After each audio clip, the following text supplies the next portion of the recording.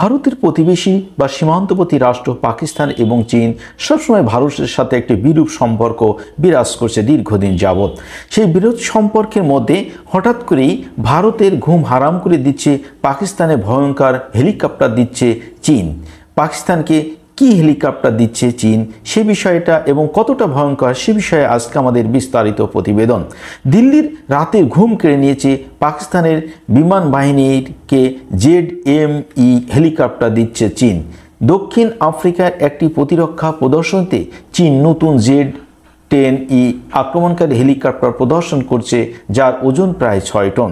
এই যানটি এমনভাবে তৈরি করা হয়েছে যাতে সব আবহাওয়া উঠতে পারে, আর এটি একটি বহুমুখী মাঝারি আক্রমণকারী হেলিকপ্টার। জানা গেছে খুব শীঘ্রই এই হেলিকপ্টার প্রথম ব্যাচ পাকিস্তানি বিমান বাহিনীকে দেবে চীন, যাতে পাকিস্তান সন্ত্রাস বিরোধী মিশনে এই হেলিকপ্টারকে ব্যবহার করতে পারে। তবে প্রথমে জেনে নেওয়া যাক হেলিকপ্টারের বিশেষত্বটা আসলে কি। এই Z-10ME অ্যাটাক হেলিকপ্টারটি তৈরি করেছে aviation industry corporation of China limited. এর মৌলিক মডেলটি তৈরি করেছে Z-10 চীনা কোম্পানি এবং রাশিয়ার কাম্ট তৈরি করছে। সুতরাং রাশিয়া ও চীন উভয়ই তৈরি করেছে এই সন্ত্রাসী অ্যাটাক হেলিকপ্টার। এই হেলিকপ্টারের মূল উদ্দেশ্য অ্যান্টি ট্যাঙ্ক ওয়ারফেয়ার এবং ওয়ার টু ওয়ার কমব্যাট। তবে শুধু সন্ত্রাস দমন নয়, এটি বিভিন্ন উপায়ে ব্যবহার করা যেতে পারে। এর দৈর্ঘ্য 52.9 ফুট এবং উচ্চতা 14.4 ফুট এবং ফ্যানের ব্যাস 44.29 ফুট। টেক অফের সময় এর সর্বোচ্চ ওজন 6000 কেজি। এটি সর্বোচ্চ 259 কিলোমিটার গতিতে উড়তে পারে।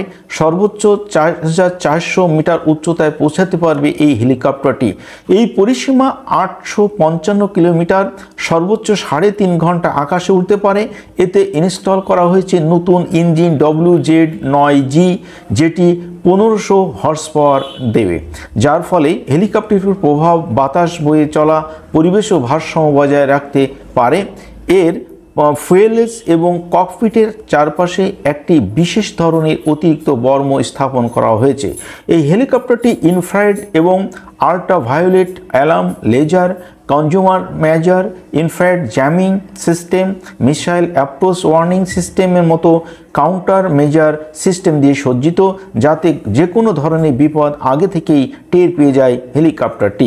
ইলেকট্রিক যুদ্ধে সাহায্য করার জন্য ইলেকট্রনিক জ্যামিং পড এতে ইনস্টল করা যেতে পারে। এমনকি এটিকে একটি 23 মিমি কামান দিয়ে সজ্জিত করা হয়েছে। এই 4টি বাহ্যিক হার্ড পয়েন্ট রয়েছে। এর ডিজাইন এমন যে এতে অনেক ধরনের অস্ত্র লাগানো যেতে পারে। তালিকায় রাখা যেতে পারে anti tank missile, air to air missile, air to surface, air to ground বন্দুক পড, গাইডেড বোমা, ছোট ড্রোনও। এছাড়া 16টি অ্যান্টি ট্যাঙ্ক গাইডেড ক্ষেপণাস্ত্র, 4টি 7 ব্যারেল রকেট লঞ্চার, 2টি 32 রকেটযুক্ত রকেট লঞ্চার প্যাড লাগানো যেতে পারে। তবে পাকিস্তান সীমান্তে এই হেলিকপ্টার মোতায়েন করলে ভারতের রাজধানী দিল্লি ঘুম হারাম হয়ে যাবে, এটা নিশ্চিতই বিশেষজ্ঞরা বলছেন। ভারতীয় বিমান বাহিনীর হেলিকপ্টারের জায়গায় এই হেলিকপ্টারটি সীমান্তে মোতায়েন করা হবে।